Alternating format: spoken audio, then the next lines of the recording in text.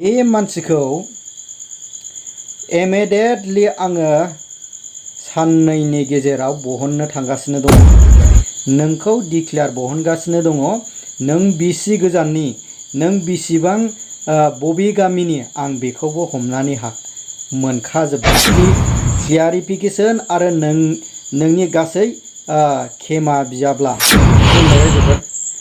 नै बे गोबां दा हरनि समावबाबो आं नोंथांमोननिसिम मोनसे भिडिअ'नि सायाव बे टपिकनि सायाव आं फोरमायगोन। नोंथांमोनहा जाहाथे भिडिअ'खौ फुरायै नायलांजोबो, आं बेखौनो सिगांग्रो खावलायनाय थाबाय।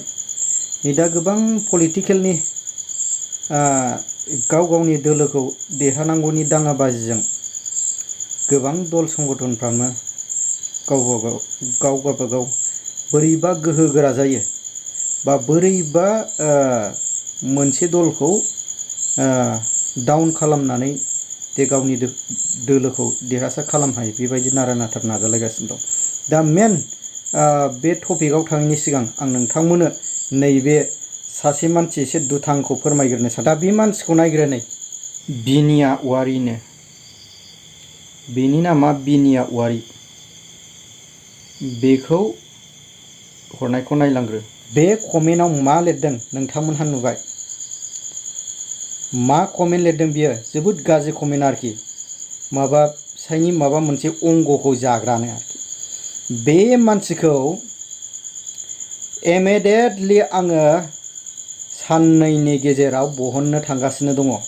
साबधान, बियो बे सोर दुथां, आरो बेखौ आङो नायखाबायबो, बांद्राय गोजाननि नङा। साबधान, बियो नोंखौ साननैनि गेजेरावनो आं नोंखौ पुलिसनिसिम थिनहरगासिनो दङ। आं गाबोन पुलिस अफिसाव थांगोन।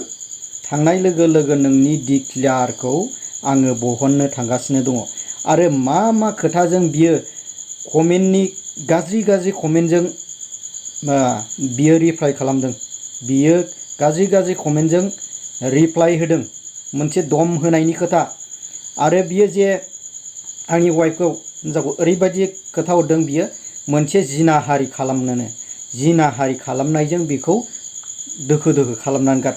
बे मानसिखौ साबधान नोङो नोंथां, गला नोंखौ साननैनि गेजेरावनो नोंनि डिक्लेयारखौ बहनगासिनो दङ।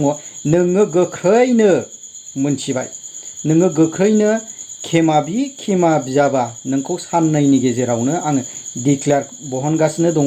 नों बबे जायगानि, नोंखौ आं मिथिखाजोब्बाय। नोंनि डिक्लेयारखौ आं बहननानै दंखायो, मिथिबाय। नोंनि डिक्लेयारखौ आं बहननानै दंगासिनो। नोंखौ साननै नायगोन आं। साननै नायखांनायनि उनाव नोङो जेलाव थांनाङाबा, मबे टपिकखौ लानानै, मा एंगोलखौ लानानै नोङो कन्ट्रभार्सि खालामनो फैदों?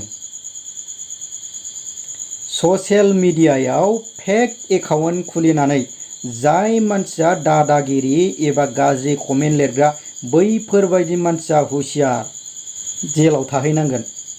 आरो नै दा पलिटिकेलनि सम, बे पलिटिकेलनि समाव आजिखालि पुलिस प्रसासनाबो एसेयावनो एसे एक्सन लायो, मिथिबाय। नोंखौ डिक्लेयार बहनगासिनो दङ। नों बिसि गोजाननि, नों बिसिबां बबे गामिनि, आं बेखौबो हमनानै मोनखाजोब्बाय। नोंनि डिक्लेयारखौ आं बहनबाय। हाजारखि लक खालामा मानो, नोङो हाजारखि फेक एकाउन्ट होआ मानो, नोंनि मबाइल नाम्बार, नोंनि इमेल गासिबो मोनजोबखाबाय। नोङो साबधानसै।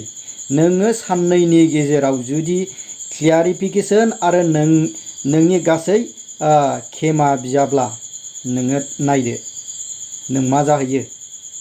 नों मा एंगोलखौ लानानै माबायदि बिसिबां गाज्रि कमेन्ट हरदों, नोङो माबायदि मानसि, नोंखौ रायजो राजानि सिगाङाव आङो साननैनि उनाव नोंखौ देखायगोन। नोङो प्रफाइल होआखै, नोंनि एकाउन्ट गासैबो माबाफोरखौ नोङो दिन्थियाखै, नोंनि फट'खौ दिन्थियाखै, हय जानो हागौ। खिन्थु नोंखौ साननैनि उनाव डिक्लेयार मोननो थाखाय, साननैनि उनाव खिथानो थाखाय आं रायजोफोरनो खिथानो थाखाय थांगासिनो दङ। आरो पुलिसनि आखायाव नोङो थांनांगासिनो दङ। साबधान, ओंखायनो